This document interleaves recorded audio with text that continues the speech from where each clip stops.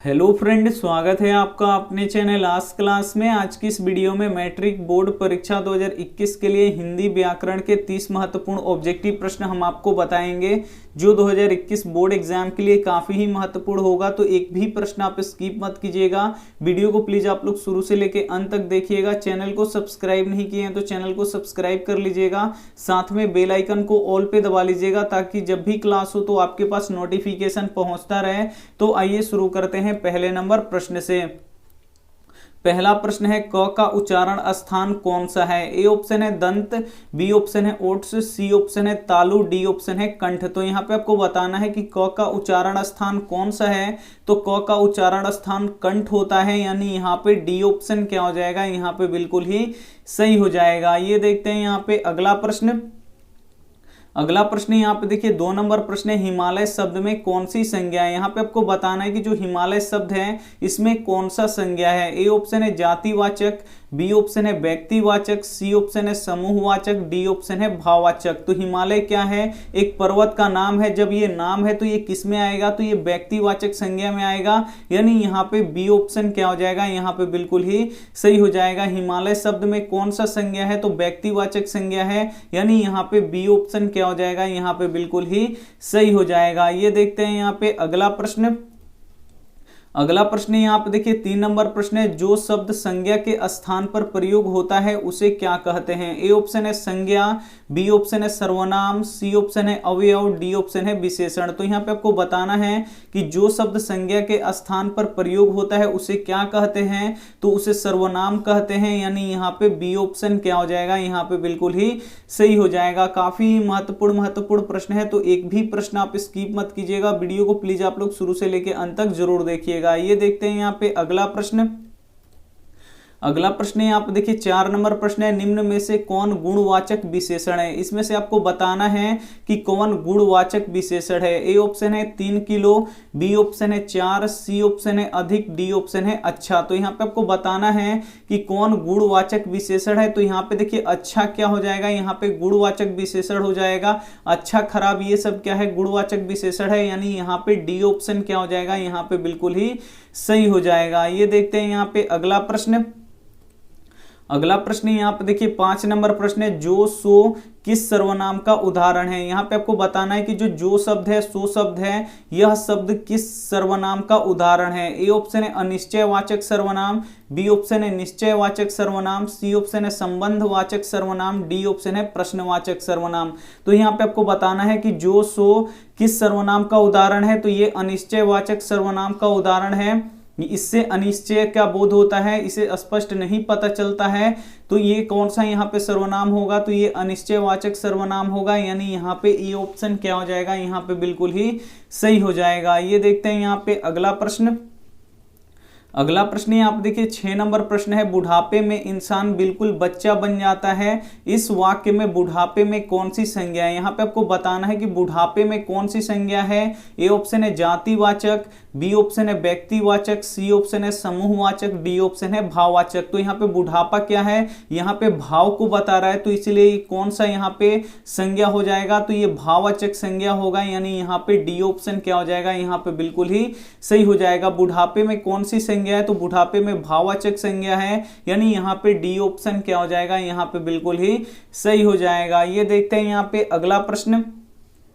अगला प्रश्न यहाँ आप देखिए 7 नंबर प्रश्न है कि परिमाणवाचक विशेषण निम्न में से कौन सा है? इसमें से आपको बताना है कि कौन परिमाणवाचक विशेषण है। ए ऑप्शन है सुंदर, बी ऑप्शन है थोड़ा, सी ऑप्शन है 4, डी ऑप्शन है पुराना। तो यहाँ पे आपको बताना है कि निम्न में से कौन परिमाणवाचक विशेषण का उदाहरण है। तो यहाँ पे देखिए जो यहाँ पे थोड़ा शब्द है, ये क्या है, परिमाणवाचक विशेषण है, यानी यहाँ पे बी ऑप्शन क्या हो जाएगा, यहाँ पे बिल्कुल ही सही हो जाएगा। परिमाणवाचक विशेषण निम्न में से कौन है? तो जो ये थोड़ा है, ये क्या है, परिमाणवाचक विशेषण है, यानी यहाँ पे बी ऑप्शन क्या हो जाएगा, यहाँ पे बिल्कुल ही सही हो जाएगा। ये देखते हैं यहाँ पे अगला प्रश्न। अगला प्रश्न यहाँ पे देखिए 8 नंबर प्रश्न है कि भला आदमी में कौन सा विशेषण है। यहाँ पे आपको बताना है कि जो भला आदमी है इसमें कौन सा विशेषण है। ए ऑप्शन है गुण विशेषण, बी ऑप्शन है परिमाण विशेषण, सी ऑप्शन है संज्ञावाचक, डी ऑप्शन है सर्वनामिक विशेषण। तो यहाँ पे आपको बताना है कि जो ये भला आदमी शब्द है इसमें कौन सा विशेषण है। तो इसमें गुणवाचक विशेषण है क्योंकि इसके गुण का यहाँ पे बोध हो रहा है, यानी यहाँ पे ए ऑप्शन क्या हो जाएगा, यहाँ पे बिल्कुल ही सही हो जाएगा। भला आदमी में कौन सा विशेषण है, तो गुणवाचक विशेषण है, यानी यहाँ पे ए ऑप्शन क्या हो जाएगा, यहाँ पे बिल्कुल ही सही हो जाएगा। काफी ही महत्वपूर्ण प्रश्न है, तो एक भी प्रश्न आप स्किप मत कीजिएगा। वीडियो को प्लीज आप लोग शुरू से लेकर अंत तक जरूर देखिएगा। ये देखते हैं यहाँ पे अगला प्रश्न। अगला प्रश्न यहाँ पे देखिए 9 नंबर प्रश्न है कि सर्वनाम के कितने भेद होते हैं। यहाँ पे आपको बताना है कि जो सर्वनाम होता है उसके कितने भेद होते हैं आपको बताना है। ए ऑप्शन है 4, बी ऑप्शन है 5, सी ऑप्शन है 6, डी ऑप्शन है 3। तो यहाँ पे आपको बताना है कि सर्वनाम के कितने भेद होते हैं। तो सर्वनाम के 6 भेद होते हैं, यानी यहाँ पे सी ऑप्शन क्या हो जाएगा, यहाँ पे बिल्कुल ही सही हो जाएगा। ये देखते हैं यहाँ पे अगला प्रश्न। अगला प्रश्न यहाँ पे देखिए 10 नंबर प्रश्न है कि राम ने भिखारी को पैसे दिए, इस वाक्य में को किस कारक का विभक्ति है। यहाँ पे आपको बताना है कि राम ने भिखारी को पैसे दिए, इस वाक्य में जो ये को शब्द है किस कारक की विभक्ति है। ए ऑप्शन है कर्म, बी ऑप्शन है संप्रदान, सी ऑप्शन है संबंध, डी ऑप्शन है यहाँ पे करण। तो यहाँ पे आपको बताना है कि जो ये को शब्द है इसमें कौन सा कारक विभक्ति है। तो यहाँ पे आपको पता होना चाहिए कि यहाँ पे देखिए कर्ता क्या होता है, ने होता है, कर्म क्या होता है, को। तो यहाँ पे क्या हो जाएगा, ए ऑप्शन क्या हो जाएगा, यहाँ पे बिल्कुल ही सही हो जाएगा। को में कौन सी यहाँ पे विभक्ति है कारक की, तो कर्म है, यानी यहाँ पे ए ऑप्शन क्या हो जाएगा, यहाँ पे बिल्कुल ही सही हो जाएगा। कर्ता ने कर्म को, यानी कर्ता ने होता है और कर्म क्या होता है, को होता है। तो यहाँ पे को पूछा गया है तो क्यों को क्या होता है, यहाँ पे कर्म होता है, यानी यहाँ पे ए ऑप्शन क्या हो जाएगा, यहाँ पे बिल्कुल ही सही हो जाएगा। ये देखते हैं यहाँ पे अगला प्रश्न। अगला प्रश्न यहाँ पे देखिए 11 नंबर प्रश्न है, मीरा को जिंदगी से बहुत घृणा है, इस वाक्य में से किस कारक की विभक्ति है। इस वाक्य में यहाँ पे जो से शब्द है ये से शब्द किस कारक की विभक्ति है आपको बताना है। ए ऑप्शन है करण, बी ऑप्शन है आपादान, सी ऑप्शन है संबंध, डी ऑप्शन है कर्म। तो यहाँ पे आपको पता होना चाहिए कर्ता ने कर्म को करण से, यानी कर्ता ने होता है, कर्म को होता है, और यहाँ पे से क्या होता है, करण होता है, यानी कर्ता ने कर्म को करण से, यानी जो से यहाँ पे आएगा उसमें कौन सा कारक की विभक्ति है, करण है, यानी यहाँ पे ए ऑप्शन क्या हो जाएगा, यहाँ पे बिल्कुल ही सही हो जाएगा। ये देखते हैं यहाँ पे अगला प्रश्न। अगला प्रश्न यहाँ पे देखिए 12 नंबर प्रश्न है कि कारक के कितने भेद होते हैं। यहाँ पे आपको बताना है कि जो कारक होते हैं उनके कितने भेद होते हैं। ए ऑप्शन है 8, बी ऑप्शन है 5, सी ऑप्शन है 6, डी ऑप्शन है 7। तो यहाँ पे आपको बताना है कि कारक के कितने भेद होते हैं। तो कारक के 8 भेद होते हैं, यानी यहाँ पे ए ऑप्शन क्या हो जाएगा, यहाँ पे बिल्कुल ही सही हो जाएगा। ये देखते हैं यहाँ पे अगला प्रश्न। अगला प्रश्न यहाँ पे देखिए 13 नंबर प्रश्न है कि काल के कितने भेद होते हैं। यहाँ पे आपको बताना है कि जो काल होते हैं इसके कितने भेद होते हैं। ए ऑप्शन है 1, बी ऑप्शन है 2, सी ऑप्शन है 3, डी ऑप्शन है 4। तो काल के कितने भेद होते हैं, तो काल के 3 भेद होते हैं, यानी यहाँ पे सी ऑप्शन क्या हो जाएगा, यहाँ पे बिल्कुल ही सही हो जाएगा। ये देखते हैं यहाँ पे अगला प्रश्न। अगला प्रश्न यहाँ पे देखिए 14 नंबर प्रश्न है, मैं पढ़ रहा हूं किस काल में है। ये जो यहाँ पे वाक्य दिया है मैं पढ़ रहा हूं, ये किस काल में है आपको यहाँ पे बताना है। काल कितने होते हैं, 3 होते हैं। कौन कौन, तो वर्तमान काल, भूतकाल, भविष्य काल। तो वर्तमान काल क्या होता है, जो अभी चल रहा होता है। जैसे यहाँ पे बोल रहा है कि मैं पढ़ रहा हूं, यानी ये अभी पढ़ रहा है, यानी ये वर्तमान काल है। और भूतकाल क्या होता है, जो बीत गया होता है वो भूतकाल होता है। और भविष्य काल क्या होता है कि जो आने वाला होता है वो भविष्य काल होता है। यानी ये होता है कि मैं कल पटना जाऊंगा, अभी मैं गया नहीं हूं, कल जाऊंगा, ये भविष्य का बात है। भूतकाल क्या होगा, मैं कल पटना गया था, ये बात क्या हो गया, बीत गया है। और यही रहा था कि मैं पटना जा रहा हूं, यानी अभी मैं पटना जा रहा हूं, ये वर्तमान काल है। तो यहाँ पे देखिए मैं पढ़ रहा हूं किस काल में है, तो ये वर्तमान की बात है कि मैं अभी पढ़ रहा हूं, यानी यहाँ पे ये ऑप्शन क्या हो जाएगा, यहाँ पे बिल्कुल ही सही हो जाएगा। मैं पढ़ रहा हूं किस काल में है, तो वर्तमान काल में है, यानी यहाँ पे ए ऑप्शन क्या हो जाएगा, यहाँ पे बिल्कुल ही सही हो जाएगा। ये देखते हैं यहाँ पे अगला प्रश्न 15 नंबर। 15 नंबर प्रश्न है कि संधि के कितने भेद होते हैं। काफी महत्वपूर्ण प्रश्न है कि संधि के कितने भेद होते हैं। ए ऑप्शन है 3, बी ऑप्शन है 4, सी ऑप्शन है 5, डी ऑप्शन है 7। तो यहाँ पे आपको बताना है कि संधि के कितने भेद होते हैं। तो संधि के 3 भेद होते हैं, यानी यहाँ पे ए ऑप्शन क्या हो जाएगा, यहाँ पे बिल्कुल ही सही हो जाएगा। काफी महत्वपूर्ण प्रश्न है, तो एक भी प्रश्न आप स्किप मत कीजिएगा। वीडियो को अभी तक आप लाइक नहीं किए हैं तो प्लीज आप लोग वीडियो को लाइक भी कर दीजिएगा। ये देखते हैं यहाँ पे अगला प्रश्न। यहाँ पे अगला प्रश्न 16 नंबर प्रश्न है कि जहां दोनों पद प्रधान हो वह समास होगा। ए ऑप्शन है द्विगु समास, बी ऑप्शन है कर्म धारण समास, सी ऑप्शन है तत्पुरुष समास, डी ऑप्शन है द्वंद्व समास। तो यहाँ पे आपको बताना है कि जहां पे दोनों पद प्रधान हो वह समास क्या होगा। तो वह समास क्या होगा, यहाँ पे द्वंद्व समास होगा, यानी यहाँ पे डी ऑप्शन क्या हो जाएगा, यहाँ पे बिल्कुल ही सही हो जाएगा। ये देखते हैं यहाँ पे अगला प्रश्न। अगला प्रश्न यहाँ पे देखिए 17 नंबर प्रश्न है, हाथ साफ करना मुहावरे का सही अर्थ क्या है। यहाँ पे आपको बताना है कि हाथ साफ करना मुहावरे का सही अर्थ क्या है। ए ऑप्शन है हाथ धोना, बी ऑप्शन है सफाई करना, सी ऑप्शन है चोरी करना, डी ऑप्शन है गंदगी फैलाना। तो यहाँ पे आपको बताना है कि हाथ साफ करना मुहावरे का सही अर्थ क्या है। तो इसका सही अर्थ होता है चोरी करना, यानी यहाँ पे सी ऑप्शन क्या हो जाएगा, यहाँ पे बिल्कुल ही सही हो जाएगा। ये देखते हैं यहाँ पे अगला प्रश्न।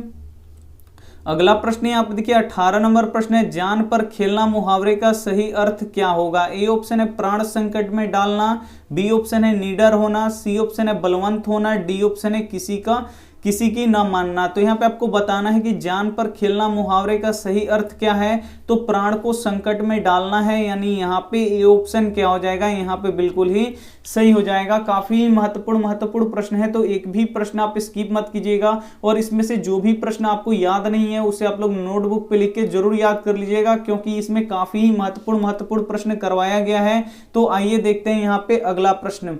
अगला प्रश्न यहाँ पे देख लीजिए 19 नंबर प्रश्न है, दांत खट्टे करना मुहावरे का सही अर्थ क्या है। ए ऑप्शन है हार जाना, बी ऑप्शन है हरा देना, सी ऑप्शन है धोखा देना, डी ऑप्शन है बेईमान होना। तो यहाँ पे आपको बताना है दांत खट्टे करना मुहावरे का सही अर्थ क्या है। तो हरा देना है, यानी यहाँ पे बी ऑप्शन क्या हो जाएगा, यहाँ पे बिल्कुल ही सही हो जाएगा। ये देखते हैं यहाँ पे अगला प्रश्न। अगला प्रश्न यहाँ पे देखिए 20 नंबर प्रश्न है, निम्न में से कौन शुद्ध शब्द है। इसमें से आपको बताना है कि कौन शुद्ध शब्द है अभिलाषा का। तो यहाँ पे देखिए ये जो ऑप्शन है ये क्या है, ये शुद्ध है अभिलाषा का यहाँ पे शब्द, यानी यहाँ पे ये ऑप्शन क्या हो जाएगा, यहाँ पे बिल्कुल ही सही हो जाएगा। ये अभिलाषा लिखा हुआ है ये गलत है, ये भी गलत है, ये भी गलत है। इसमें शुद्ध कौन है यानी सही कौन है, तो ये अभिलाषा जो लिखा हुआ है वो क्या है, यहाँ पे सही है। आइए देखते हैं यहाँ पे अगला प्रश्न। अगला प्रश्न यहाँ पे देखिए 21 नंबर प्रश्न है कि प का उच्चारण स्थान क्या है। यहाँ पे आपको बताना है कि प का उच्चारण स्थान क्या है। ए ऑप्शन है तालु, बी ऑप्शन है ओठ, सी ऑप्शन है कंठ, डी ऑप्शन है यहाँ पे मुद्रा। तो यहाँ पे आपको बताना है कि प का उच्चारण स्थान क्या है। तो प का उच्चारण स्थान क्या होता है, ओठ होता है, यानी यहाँ पे बी ऑप्शन क्या हो जाएगा, यहाँ पे बिल्कुल ही सही हो जाएगा। ये देखते हैं यहाँ पे अगला प्रश्न। अगला प्रश्न यहाँ पे देखिए 22 नंबर प्रश्न की सूरदास शब्द में कौन सी संज्ञा है। ए ऑप्शन है व्यक्तिवाचक, बी ऑप्शन है जातिवाचक, सी ऑप्शन है भाववाचक, डी ऑप्शन है समूहवाचक। तो यहाँ पे आपको बताना है कि सूरदास शब्द में कौन सी संज्ञा है। तो सूरदास शब्द में कौन सी संज्ञा है, तो सूरदास क्या है, एक नाम है। जब नाम है तो ये क्या होगा, व्यक्तिवाचक होगा, यानी यहाँ पे ए ऑप्शन क्या हो जाएगा, यहाँ पे बिल्कुल ही सही हो जाएगा। सूरदास शब्द में कौन सी संज्ञा है, तो व्यक्तिवाचक संज्ञा है, यानी यहाँ पे ए ऑप्शन क्या हो जाएगा, यहाँ पे बिल्कुल ही सही हो जाएगा। ये देखते हैं यहाँ पे अगला प्रश्न। अगला प्रश्न है मैं हम में कौन सा पुरुष है। यहाँ पे आपको बताना है कि मैं शब्द और हम शब्द में कौन सा पुरुष है। ए ऑप्शन है उत्तम पुरुष, बी ऑप्शन है मध्यम पुरुष, सी ऑप्शन है अन्य पुरुष, डी ऑप्शन है इनमें से कोई नहीं। तो यहाँ पे आपको बताना है कि मैं हम में कौन सा पुरुष है। तो मैं हम में यहाँ पे उत्तम पुरुष है, यानी यहाँ पे ए ऑप्शन क्या हो जाएगा, यहाँ पे बिल्कुल ही सही हो जाएगा। ये देखते हैं यहाँ पे अगला प्रश्न। अगला प्रश्न यहाँ पे देखिए 24 नंबर प्रश्न है कि लेखक शब्द का स्त्रीलिंग क्या होगा। यहाँ पे आपको बताना है कि लेखक शब्द का स्त्रीलिंग क्या होगा। ए ऑप्शन है लेख, बी ऑप्शन है लेखिका, सी ऑप्शन है लेखनी, डी ऑप्शन है लिखावट। तो यहाँ पे आपको बताना है कि लेखक शब्द का स्त्रीलिंग क्या होगा, तो लेखिका होगा, यानी यहाँ पे बी ऑप्शन क्या हो जाएगा, यहाँ पे बिल्कुल ही सही हो जाएगा। ये देखते हैं यहाँ पे अगला प्रश्न 25 नंबर।